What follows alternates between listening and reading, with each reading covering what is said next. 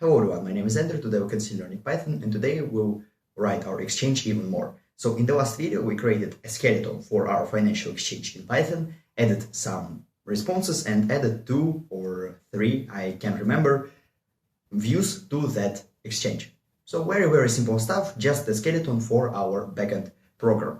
However, now we need to add the database and migrations for that data storage. And we're going to do that today. It's a really easy stuff to do, and yeah, we can just start. But before we do that, I want to explain that we need 3 things in order to connect the database. Database itself, so we need to pick our database, and as I said, for now we're just going to go with any SQL. So any SQL database, because we're going to use the next thing, which is called ORM. And object relationship mapping allows us not to write queries, SQL queries ourselves. So we will be able to change the database pretty easily. Of course, when we're going to get to the more complex stuff, we're going to sit down and pick the database. I'll explain why we need to do that, why we need to favor that, not that, and we'll pick the database as a product. But for now, the database type that we're going to use are SQL databases. And the last thing that we need to do is connect migrations. And in order to do that, we're going to need some kind of a migration system for that ORM. So ORM will have a migration system. As ORM, we will choose Tortoise ORM because a lot of people worked with Django, and I think those are pretty similar to each other because Django ORM is basically the ancestor of, or not the ancestor, but child of the Tortoise ORM. And Aerich is a migration system for Tortoise ORM. Now, the only thing that we need is to connect that ORM and that migration system with our project together. So let's just start. Alright, so here is our code, and let's just start with the first thing, which is Tortoise ORM. So we have our Tortoise ORM here. It's their GitHub repository. You can just write Tortoise ORM, nothing very fancy. Here are all the benchmarks, all that stuff, quick tutorial, but the things that we need from here is the first one is that, so pip install Tortoise ORM from async.pg, because as I said, we're going to use Postgres as our first database, so as our first pick. And because of that, we need to install a driver for that database. So we can see that we have IO MySQL, async my, another MySQL driver. We have other drivers for like Oracle, for MS SQL, and for all that stuff. But the one that we need today is async.pg. So we're just going to copy that line, and in terminal, we're going to install that Tortoise ORM. Okay, yeah, requirements already satisfied. That's cool. And let's go to the quick tutorial. Let's go to that. You can do it like this. And here we have our connection. So that is the connection of our database. As you can see, what we are doing from Tortoise, we import Tortoise capitalized. That's kind of the object of our ORM. Then we have async def init function, and we just basically say tortoise.init. So init something and generate schemas. What we are going to need from that is our DB URL and our models. However, that is not the whole configuration of Tortoise init, and I think that they don't have it here. Yeah, but they have it in Aerich. So you can go all the way down to migration and see Aerich. And I think that here they have the full configuration I was looking for. So Aerich, as I said, is a tool that allows us to run migrations. So yeah, migrations for Tortoise ORM, nothing very fancy. Let's install it as well, pip install Aerich, and then what we're going to do is copy that Tortoise ORM. Of course, that Tortoise ORM is a configuration, and we're going to put it in settings.py. So right here. And instead of Tortoise ORM, I will going to write database config. So database config. What we have here? Connections is the dictionary of connections that you are going to use. So if you worked with Django or Django ORM, you know that you can have many databases and connect to all of them at once. And connections is the dictionary of connections that tells you about the name of connection, so as a key, and connection string as a value for that key. So that is the whole idea. We have MySQL from root 1234556 at localhost 3306, and database is test. Of course, we're going to remove it, and instead of just writing a string like that, we need to remember that we need to use environ. So we need to use our environment in order not to show those variables, those connection strings to anyone. All right, environment from what? Environment from database default connection. Let's copy it and let's go to .env. We have database connection URL. Yeah, I think that is the one from my, that is the one from my other version of that project, from my Russian version, but let's just copy the name then, so not to interfere something or not to add any other values in here. Let's just copy the name and I'm going to put it here. So in database connection URL as default. All right, so default is used by default. Yeah, which is not surprising. And we are not going to have any other connections for now. Then we have apps. Apps is a dictionary of applications that you're going to use. So imagine that applications are logical groups of models that you can use. In our case, we are only going to use models for now. Maybe we'll split it in the future, but as I found out, it's not really beneficial to split it if the project is not that enormous. I think that our project may be enormous or maybe microservices, it may be anything, but for now we're just going to have models as a dictionary which contains the models themselves and a default connection, which is going to be default.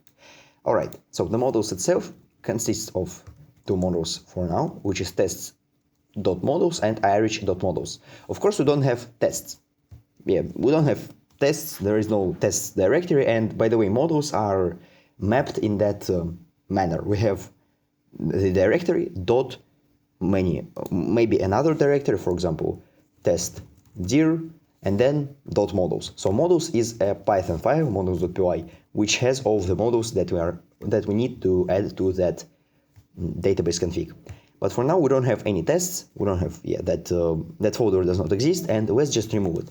However, we have Aerich, and Aerich will allow us to use our migrations to run any code when our app either starts or shuts down.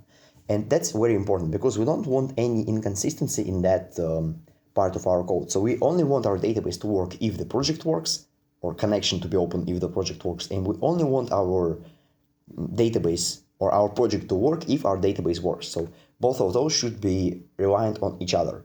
And that's kind of the idea. But most important stuff is that if we go to Tortoise ORM, Tortoise GitHub, so we can use that ourselves. So we can just write database connect, Tortoise init, do all of that stuff. However, Tortoise ORM already allows us to Google for FastAPI and see Tortoise ORM FastAPI integration. And here, well, okay, not here, but I think the first one.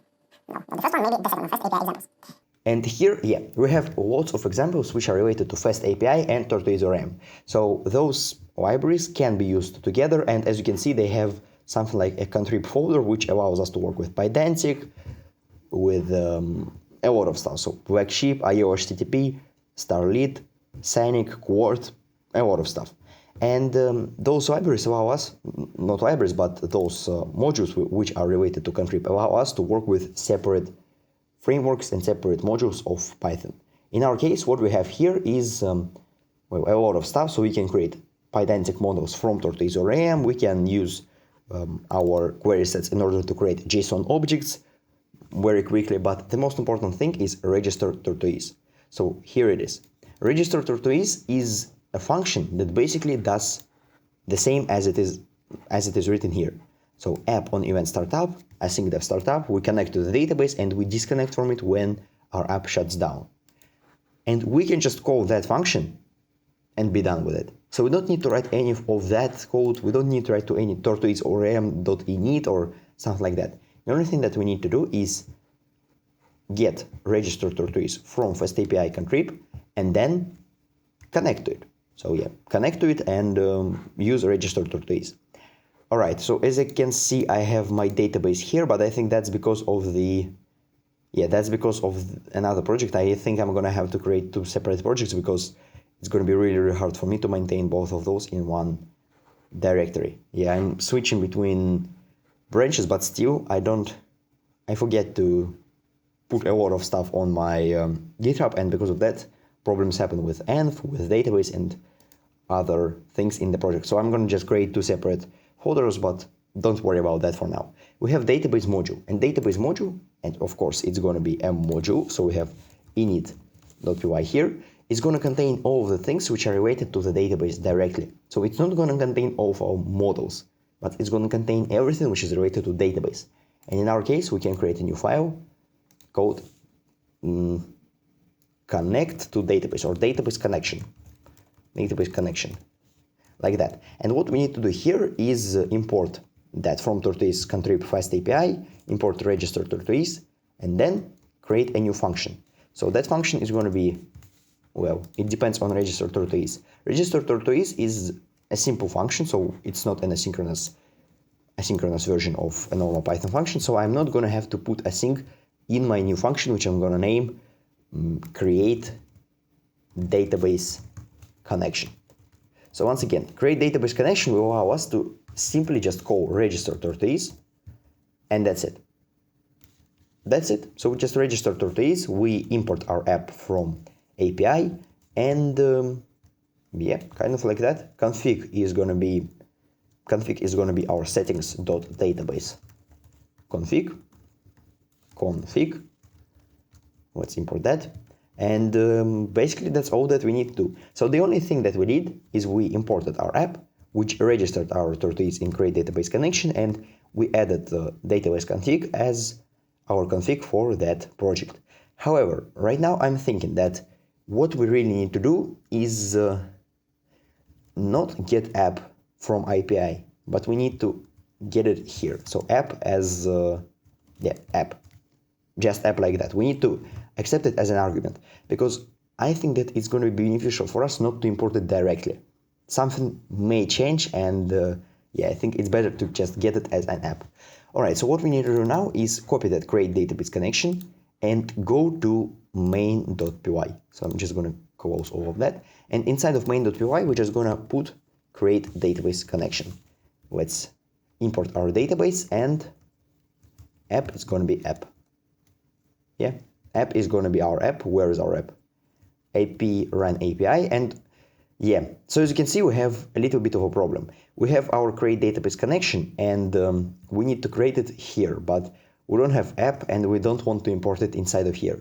What we can do is either run API. What we can do is actually create another function, which is called async def, or just normal def get app. And that function will return our app just like that. So why am I doing that? I don't want to impose or expose my app directly. I just want to use functions, other objects that will allow me to work with our project as an interface system. So I don't want to expose our app directly in database connection. But what I can expose is get app. It will just return me an instance of my app. And if something changes with our FastAPI, with our API itself, so we change from FastAPI to Flask to other frameworks, what we can do is just change that get app function. Very, very simple. All right, so in database connection, what I'm going to do is instead of just going for app here, I can now import app, get app like that. Let's import it. And that's basically just it. So from API, get app, and now we don't expose any of the direct things from our API, because we have get app. Well, it's a direct thing from our API, but it should be like that because we expose the function rather than the object. And what we can do in advance is instead of going for serve from app here, we can use get app as well. Get app like that. So it will return the app that we're going to use in our REN API and in our database connection. So now, as you can see, everything works. We don't need to provide any of the app here. We can actually provide, but it will be the same. So get app, and nothing will change. But I think that for now, we can just leave it here. All right, so we created our database connection, and let's test our project. So if I go to database on the right side, I can see that, that's the database. Yeah, I really need to create separate databases. Let's right now create a new database. So data source from, actually we can just put it here, database here, and let's call it Findev DB English. Findev DB English, and I'm gonna execute. So I'm gonna create a new database. Very, very simple. Just create database create database Findev DB English. And if we're gonna go here, then we can see that the database does not have anything. So public, everything is empty, nothing. FindDB-env or FindevDB-env is empty, schemas are empty, we only have access methods which are default ones and extensions which is also a default one. Nothing, yeah, we have nothing in our database for now. What I'm going to do next is go to env and change my FindevDB to FindevDB-env. So that is our connection string. If you're wondering where you can get that connection string, you can just Google it, because there is no better way, you just can Google it. What we're doing here is we're saying that we need to connect to Postgres with that username and that password. So yeah, very, very great password and username combination, but that's my local database and I don't have anything very important on it. Then localhost 5432, FindevDB-env, application name, Findev backend. So that is our database address and that is our database name. And application name will show as the name of our connection. So what application connects to our database. That's kind of it. All right, so let's go to database connection, and here in main.py what we're gonna do is run our project. Let's run it, and I think that everything works fine because our project is running, and that means that we connected to our database. If I'm gonna go to that URL, I'm still gonna see false, so the same thing that we saw in the last video, second route still gives us false. Yeah, our database works. So now we have our database connected to our project, and that's very, very great. Let's add migrations. So in order to add migrations, we're basically just gonna need to run some commands. I'm gonna go to Aerich, and here we have pip install Aerich, we already did that, and Aerich ash will show us help, but in initialization shows us Aerich init from ash. So Aerich init from h, ash, h, shows us that we have Tortoise ORM, location, src folder, and well, help as another argument, another option. What we are going to do is write Aerich init, and the first thing that we need to provide is T. So T option, which is Tortoise ORM. So Tortoise ORM is our database config object, and how we can write it is settings. So modules, all of the modules, all of the files. For example, if I have settings inside of ABC folder, I'm going to put it abc.settings. I don't have ABC here, so I'm just going to put settings.database config. So we basically need to provide the variable itself. Then we're going to have location. Location is where we are going to store our migrations. Let me write location, and I'm going to store them in database/migrations, like that. And the src folder, or S, is just going to be the folder of our source, so where our project is located. It's located in Findev folder, so it's located inside of that current, folder that I'm in my terminal, so Findev. We are running it, and something that don't happen. DB configuration not initialized. Make sure to call Tortoise init with a valid configuration before attempting to create connections. Well, it created, as you can see, success right to config PyProject toml. We have migrations folder inside of database, and we have PyProject toml here. It contains all of the settings that I wrote as options to my command. So src folder at that, location is here, and Tortoise ORM has that database config as the configuration object for the database. And if something changes, of course you can change it here. So for example, I rename my database config to be databases settings, something like that.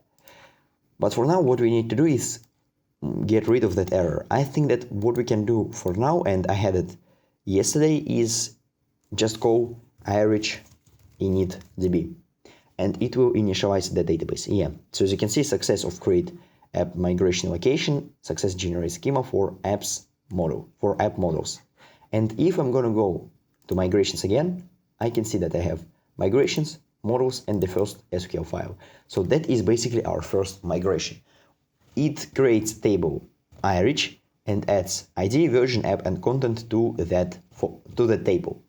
And those are migrations. So that's basically what they're doing. SQL files that contain comments that somehow change your schema. All right, now what we can do is go to our database and update the database, go to tables, Aerich, and as you can see, we have our table right here, and we have our first migration. So first migration with all of the models, so models.aerich and all of that stuff. Very, very simple. very, very easy. We connected our migrations, we added our database to the project. In the next video, we're going to start with our user system. It's very important because I think that we are going to have to write our own models, our own user adapters and all that stuff, because we have FastAPI users and other modules that allow us to work with users more easily. But I think that it's going to be beneficial for us to, and beneficial for you and for me, for everyone, to make the system from scratch. So try to use as least libraries as possible for now, because our users will have a lot of fields and we're going to need to really have an extensive user schema in our database. Thank you for watching. My name is Andrew. Subscribe to my channel, leave a like, leave a comment, and bye bye.